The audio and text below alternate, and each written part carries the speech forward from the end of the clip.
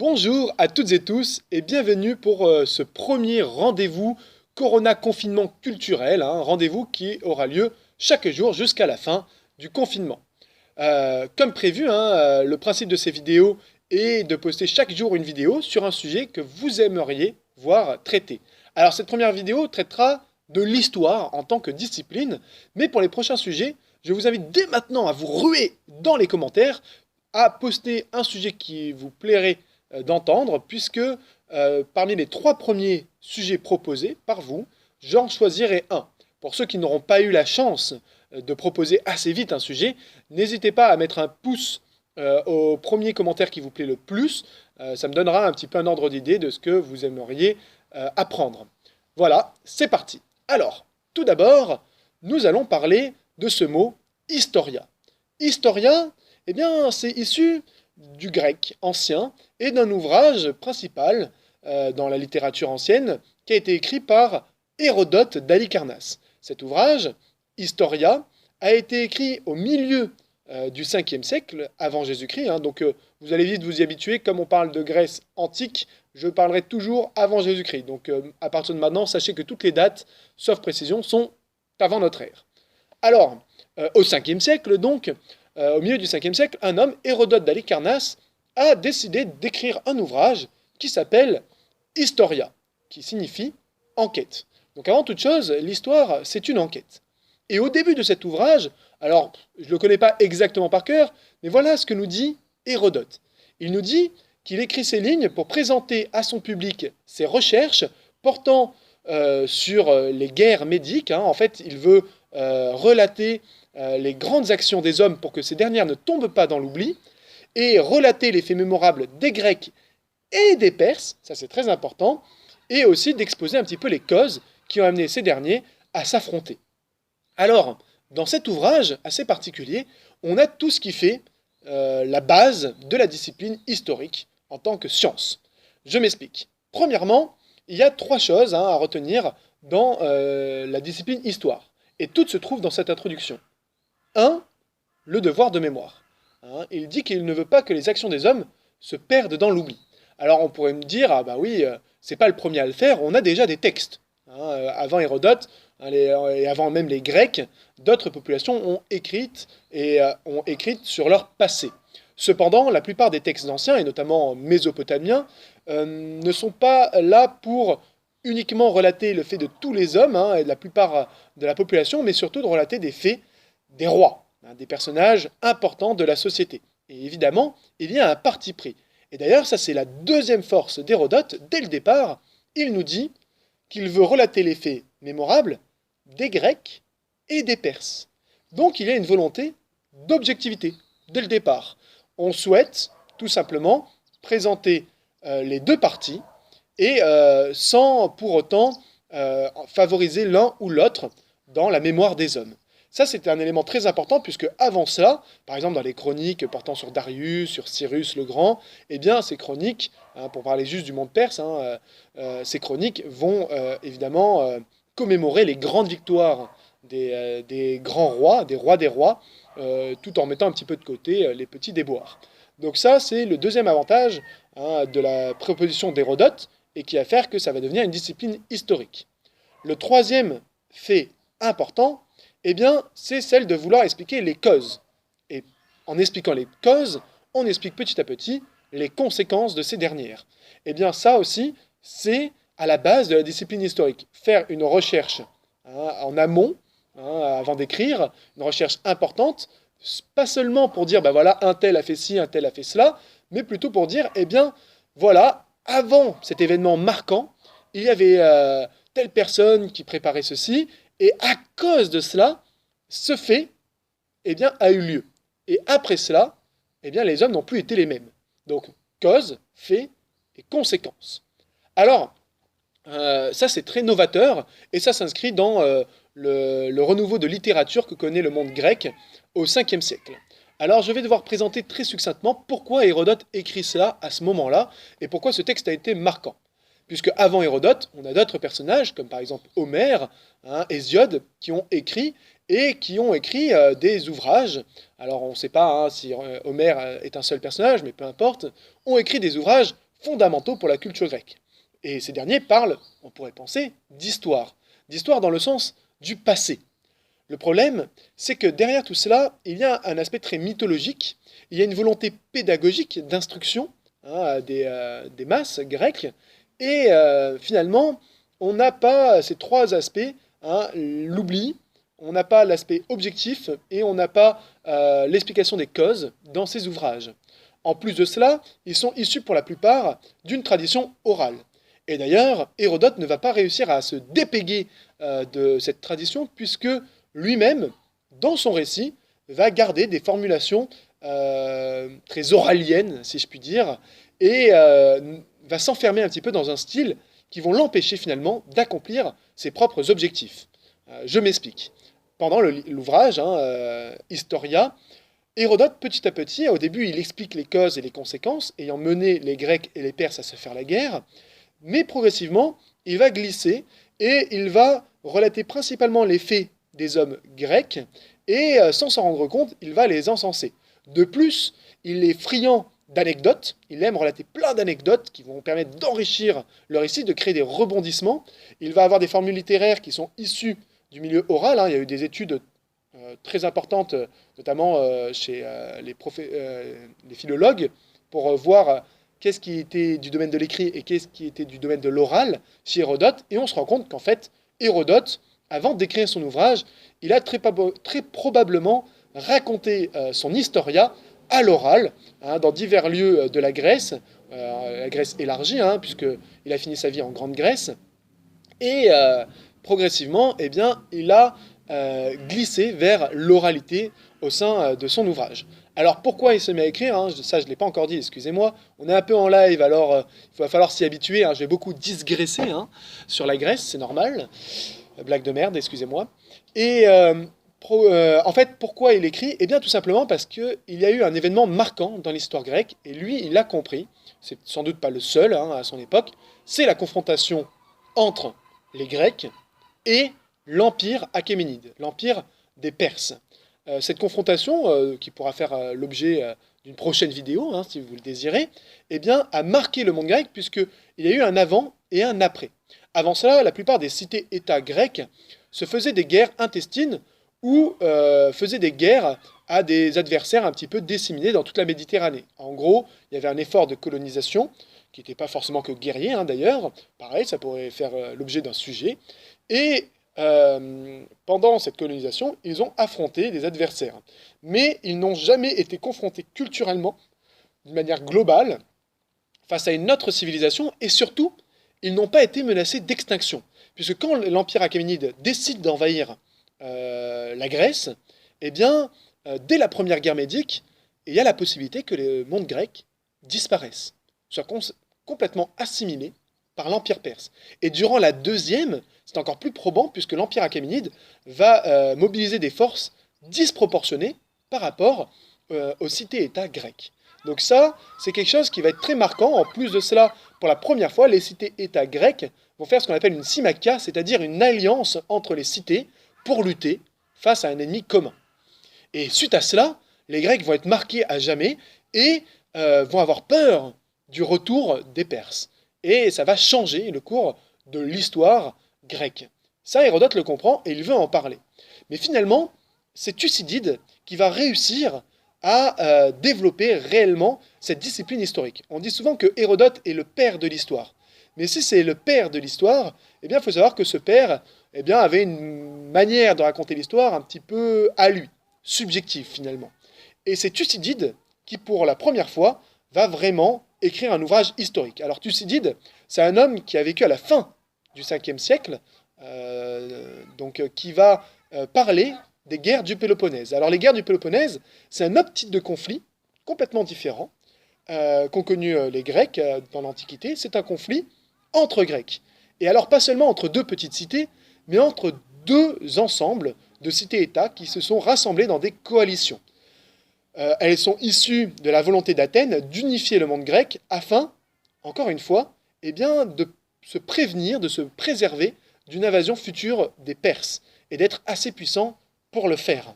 Comme je vous l'ai dit, cet empire perse eh bien, a bouleversé l'histoire grecque. Et après cela, les Athéniens vont tenter d'avoir l'hégémonie sur l'ensemble du monde grec, hégémonie, donc c'est-à-dire de dominer les autres cités, afin de les rassembler derrière elles, évidemment, hein, et pour sa plus grande gloire, et afin de pouvoir vaincre les Perses si ces derniers revenaient.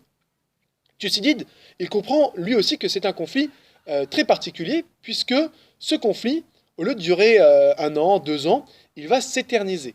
Hein, et cette guerre du Péloponnèse va être terrible, ça va être une guerre totale, les Grecs vont sortir de leur guerre rituelle, pareil, hein, ça pourrait faire l'objet d'un sujet. Je vous propose plein de sujets comme ça, un petit peu à la volée, hein, dans cette première vidéo. Et pendant cette guerre du Péloponnèse, les cités vont se faire une guerre atroce, totale, fratricide, qui va progressivement mener le monde grec à sa perte. À la fin de cette guerre, où les deux grandes cités qui menaient les coalitions Sparte et Athènes, où Sparte triomphe d'Athènes, eh bien à la fin de cette guerre, Thucydide comprend que le monde grec ne sera plus jamais le même. Et d'ailleurs, dans son ouvrage, il ne cherche pas à flatter un côté ou l'autre. Pourquoi? Alors certains disent tout simplement parce que c'est un Athénien, oui, mais pourtant il ne soutient pas forcément les Athéniens. Alors on dit que c'est parce que c'est un aristocrate qui soutient les Spartiates, et donc il aime bien le régime un petit peu oligarchique et aristocratique des Spartiates. En fait, tout simplement, Thucydide, c'est un homme de son temps, il savait très bien que les alliances pouvaient changer, basculer, que les gouvernements pouvaient tomber ou se relever, et il a décidé d'écrire vraiment d'un point de vue objectif, et surtout d'aller chercher des informations très précises. Thucydide, par rapport à Hérodote, cite ses sources. Il dit un tel m'a dit cela. D'accord? Et pareil, ça c'est un autre élément de l'historien, il doit citer ses sources pour progressivement avancer dans la discipline historique. Et après lui, eh bien, on va dire que la mode était lancée, puisque par exemple un de ses successeurs les plus proches, Xénophon, va écrire des ouvrages de la même manière que lui le faisait.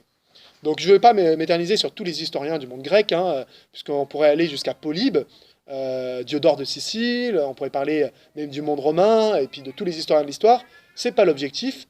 Le but, c'est de comprendre que cette discipline historique, elle est née dans le monde grec au 5e siècle avant notre ère.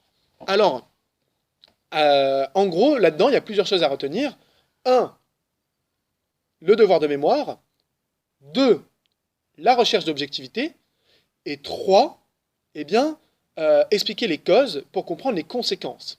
Et enfin, pour faire cela, la démarche historique doit s'appuyer sur des sources.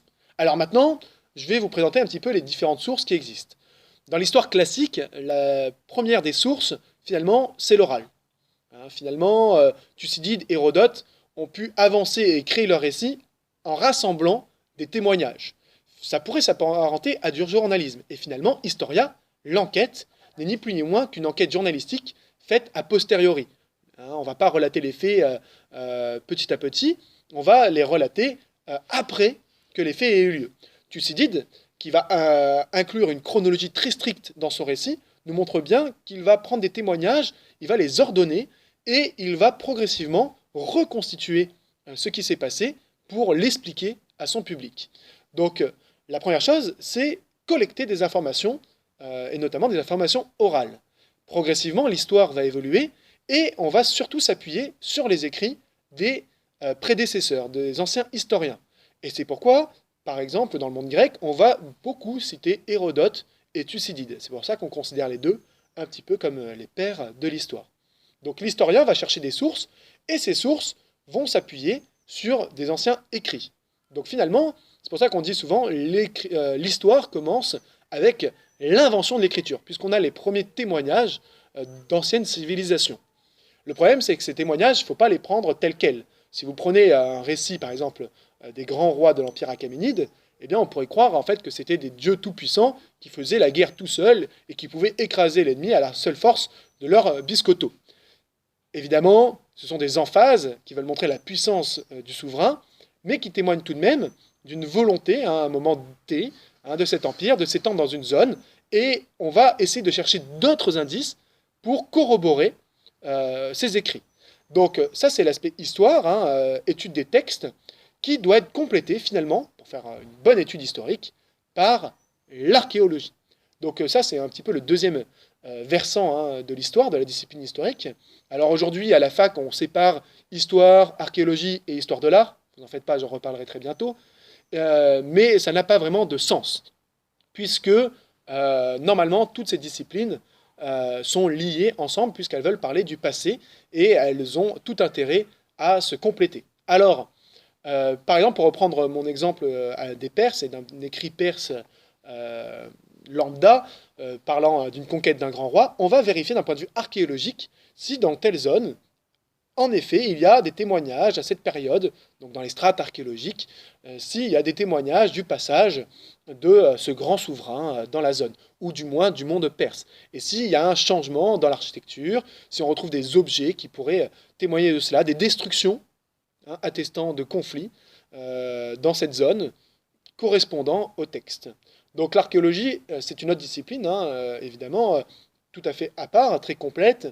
Certains qualifieraient de plus scientifique, puisqu'on va avoir des procédés très proches des sciences dites dures, notamment d'un point de vue stratigraphique, test, carbone 14 et tout cela. Mais l'archéologie, c'est surtout un outil permettant d'expliquer le passé. Et en ce sens, elle fait partie à part entière de la discipline qui est l'histoire. Enfin, l'histoire de l'art va permettre de compléter tout cela. L'histoire de l'art, c'est une autre discipline qui s'intéresse aux témoignages iconographiques, aux représentations venant du passé, et l'étude de ces dernières. Cette étude va permettre progressivement d'éclairer sous un nouveau jour ces sociétés. Et elles vont s'appuyer, elles aussi, sur l'archéologie et sur les sources textuelles. Ce que je veux bien qu'on retienne dans cette vidéo, c'est que histoire, archéologie et histoire de l'art sont liés ensemble et sont indispensables pour expliquer des faits du passé. Et c'est principalement sur ces trois disciplines que je vais m'appuyer. Et pour les lier, en tant qu'historien, eh bien, j'ai une méthode privilégiée qu'on pourrait appeler l'archéologie expérimentale, ou plus simplement l'expérimentation gestuelle. Alors ça, c'est une dernière méthode que j'ai envie de vous présenter, outre les méthodes comparatives permettant de lier anthropologie et histoire, sciences économiques et histoire, philosophie et histoire, que sais-je et histoire, peu importe. Donc on peut prendre des apports de toutes les sciences pour parler d'histoire, pour expliquer un phénomène passé. Mais il y en a une qui m'est chère, et qui est chère à l'association Somatophilac, très probablement via laquelle vous connaissez ces vidéos à présent. Eh bien, c'est celle de l'archéologie expérimentale qui s'appuie sur l'expérimentation gestuelle. Alors ça, c'est une discipline un peu particulière. Son objectif est de reproduire des objets du passé, donc collectés via l'archéologie.